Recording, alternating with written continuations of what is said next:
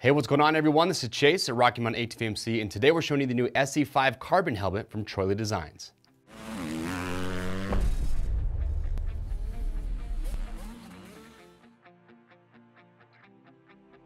All right, thank you so much for checking in. So today we have the new SE5 Carbon helmet from Troy Lee Designs. This helmet is several years in the making. And gosh, I think it was back in 2015 when they first released the SE4 Carbon, which is now being updated with the SE5. So looks-wise, give it a little 360 view here. It does look pretty similar to the SE4. There are some changes that we're gonna go through and we are going to talk about. But while they were building the SE5 Carbon, there was three main things that they wanted to improve on. Ventilation, which we'll talk how they did that. They wanted to improve the fit, and also just the safety aspect. Obviously, anytime a helmet manufacturer is making a new helmet, the goal is you want to make it as safe as possible. So we'll go through and tell you everything that has changed, that is new with the SE5 Carbon, help you decide if this should be your next helmet.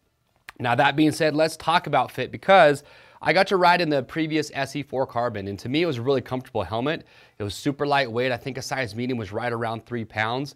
And I will say though that a size medium for me in the previous SE4 felt like it fit just a little large. Now with the new head shape and the new head form that they're using, I think the fit is better. So it's a pretty snug medium. When I first put this on, definitely felt like the cheek pads were a little bit snug, but those are gonna break in. But what I liked is that I felt like I had good contact in all the areas of my head when I did have this helmet on. So I do like that they improved the fit. And one of the ways that they were able to improve the fit is with the MIPS Integra system, which is a big safety feature. And we'll talk more about that here in just a little bit. Keep in mind, we do have our fit guarantee. If you get this helmet, if you're not happy with how it fits, you can send it back in brand new, unused condition. So if you get a medium and you decide you want a large, you send it back. We'll give you free shipping both ways on that first exchange to make sure you get the size and the fit that you are happiest with. Now the shell on this is a full carbon fiber shell. You're gonna be DOT and ECE certified. And one thing about this that I liked is that they were able to shave a few ounces off of it. So a size large, when I weighed it, was actually 2 pounds, about 14 ounces, which is dang lightweight for a size large in any helmet. And then when I tried it on, I had other riders here try it on. Something we all noticed is how lightweight the helmet felt when you put it on. And trust me, it might not seem like a lot on paper, say 3 or 4 ounces, but that is a noticeable difference when you put helmets on. And when you're gonna be wearing a helmet all day long, you start to notice those things. So props to them for making the helmet a little bit lighter. Another cool feature that's built in now with the SE5 that we didn't see on the 4 is right here on the sides of the helmet, you have this EPP, stands for expanded polypropylene. And what's cool about EPP is that it has give to it, so it absorbs energy and impact, but it also retains its shape. So I can actually take this and press on it. You gotta press kind of firm, but I can press on that, you can feel it squish, and then it returns back to normal. Unlike EPS, which is expanded polystyrene, which they use for the liner on the inside, that does not retain its shape. And this is for your collarbone. You know, if you go down and you have an impact there, they just want to try and protect the rider's collarbone as much as possible. And I do like also too how they have the trim of the helmet going underneath that. So overall, like I said, I like the look of the SE5. It's got a nice aggressive look to it. I like the fins on the back. You notice here in the front too with the mouth guard that area has changed a little bit looks wise as well. They've added a little bit more venting here in the front. And also you notice too, with these vents on the sides, kind of cool, they have these louvers here.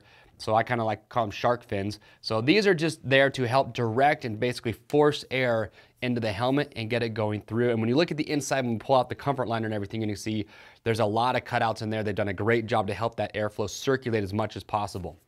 You still got the big vents up here on top underneath the visor. So right here in the front, you'll notice that these two vents, I can see it right here, have just some foam inside there. The foam, in my opinion, aesthetically doesn't look that great. Nobody's really gonna notice it while you're riding, but you can actually just take that and pull it right out to clean it out and put it back in there, or you could take it out and leave it out. That's just gonna be a rider preference. Now with the shell, another cool thing that I like is that while they were designing this, so Troy Lee himself, he did a video talking about it. What I like about Troy Lee Designs is the owner of the company, Troy, is very, very hands-on. So when it comes to developing a helmet and all the gear and just everything that they do, he's there involved in the process start to finish. And he said, you know what, I'm trying to make the safest helmet possible. So when the SE4 first came out, you know, Troy Lee Designs kind of, you know, touted themselves having more EPS liner than any other helmet that was on the market at that time. And now with the SE5, they've added even more to it. So like I said, EPS, expanded polystyrene, does an incredible job of absorbing impact, and they've added as much as they can in areas of the helmet to absorb even more impact. And they even said that during the testing of this helmet that they saw a good increase in how much energy this helmet could absorb compared to the SE4. So overall, rock solid job with that. The visor on this, you can see, is adjustable. So the screws on the side, they're shear away screws, so they are designed to break off if you do go down. You don't want the visor to put any additional forces to the head or to the neck. And then you just have this center screw right here. You just loosen that. That's going to allow you to slide the visor up and down. And I'd say you'd probably get about an inch or so a pretty good amount of adjustability with that visor. A lot of helmet companies these days are going to a fixed visor. Me personally, I like a visor that you can adjust simply because there's going to be times we want to block the sun or block some roost. So it is nice to have that adjustability in my opinion. All right, so that is the outside. Now let's take a look here at the inside. So first up, with the chin strap, you've got titanium D-rings on the SE5. So they do that again just to help lighten up the helmet as much as they can. You got the XT2 liner on the inside, moisture wicking antimicrobial. You can take this thing out, throw it in the washing machine, let it air dry, put it back on the helmet. Now you do have the emergency pull tabs right here on these. Those are important. If a rider goes down, you want to get those out as safely and as easily as possible. That way you can slide the helmet off the rider's head. So these just give you a good contact point to grab. I do want to point out though that with these cheek pads, you don't want to just pull straight in. You actually want to kind of pull forward towards the chin bar. And when you grab onto those, they'll just pop out. Grab the other one real quick. All right, we'll pull out a comfort liner. So with that out, you can see lots of cutouts on there. Again, we're just trying to help circulate air as much as possible. Now on the inside here, actually first let me show you this chin bar. So you notice on the inside of the chin bar, there are those louvers that I showed you there for that vent that goes on the chin bar. But then they also use EPP here on the inside of the chin bar. Reason for that is, like I said, it has that give to it, but a lot of times riders are going to take their helmet and they're going to hang it on their handlebars. So by using EPP in this area, it just helps reduce the chance of you possibly damaging that, so it's going to retain its shape. Now, on the inside here, pretty unique.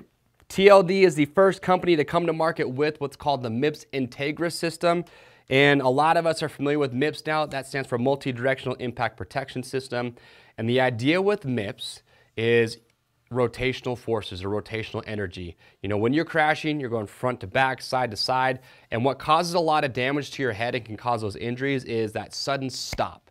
You know, if you come to a violent stop, you stop, but your brain wants to keep going. So the idea is you want to create kind of a slip plane or a slip zone in between the comfort liner or the rider's head and the actual helmet itself. That way, when you go down and you have that angular impact, it will help kind of deflect some of that energy because your head can still rotate a little bit inside the helmet. So it mitigates and reduces those forces. And again, we're seeing MIPS now in a ton of helmets from all different manufacturers, and that's because it's proven and it does what it's supposed to do. But what's different about the MIPS Integra is a traditional MIPS liner system that we're used to seeing is a separate piece of plastic that is held inside here by some rubber elastomers. Now, it's actually just molded onto or into the EPS. So it's kind of cool that it's not a separate piece. And the reason that this is beneficial, two things that TLD told me. One, it's a little bit lighter. Again, that's a way that they help lighten up the helmet. And also, they got the fit better by using this integral MIPS liner, and it breathes better. They say that by doing this, you're not having that separate piece of plastic inside there that can restrict airflow. With this, because it's just incorporated right into the EPS, it's not going to restrict any airflow inside. So those are three key benefits to the MIPS Integra system.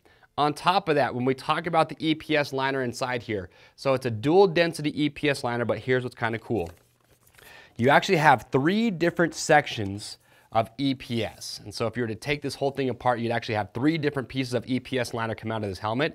And each one of those pieces is still dual density, but what's cool and what they've done is that each piece of that EPS is a different density. And the reason for that is there's different areas of the helmet where you're more likely to have a big impact. So let's say right here in the headband area, right in the front of the helmet, well, that's where you're more likely to have one of those big impacts. And so what they've done is they've taken that dual density EPS liner, but they've made it a little bit more dense than some of the other areas to help absorb those bigger impacts and more energy. So Pretty unique what they've done there. Again, props to TLD with the SE5. I think they've done a phenomenal job. They've lightened it up, they've had it breathe better, and it's an even safer helmet. So those are the three things you always want to see with a new helmet when it comes to market: lightweight, better venting, and safer. Now I will say also, this is the SE5 Carbon. This is the flagship helmet in their lineup, so you are coming close to that $700 mark, but there is the SC5 Composite that they also released at the same time.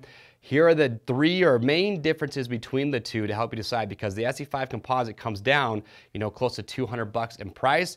Difference is, it's a fiberglass composite shell versus carbon, and then you have steel D-rings versus the titanium, and all you're really doing is adding a few ounces to the weight. But other than that, all the safety benefits, all the venting, that MIPS Integra, everything I just talked about is identical with that SE5 Composite. You're just not going to see, say, the carbon fiber in the shell design, but if you're okay with just adding a few ounces to the helmet, but you want to save some money, check out the SE5 Composite. So last thing I will say before we let you go is that with the SE5 Carbon, what's nice is that this and the Composite, you get an extra visor when you buy the helmet. With the Carbon version, you're going to get a premium helmet bag. With the SE5 Composite, you just get a helmet sock. If you do have questions or comments, we'd love to get those answered, so make sure leave those in the comment section below.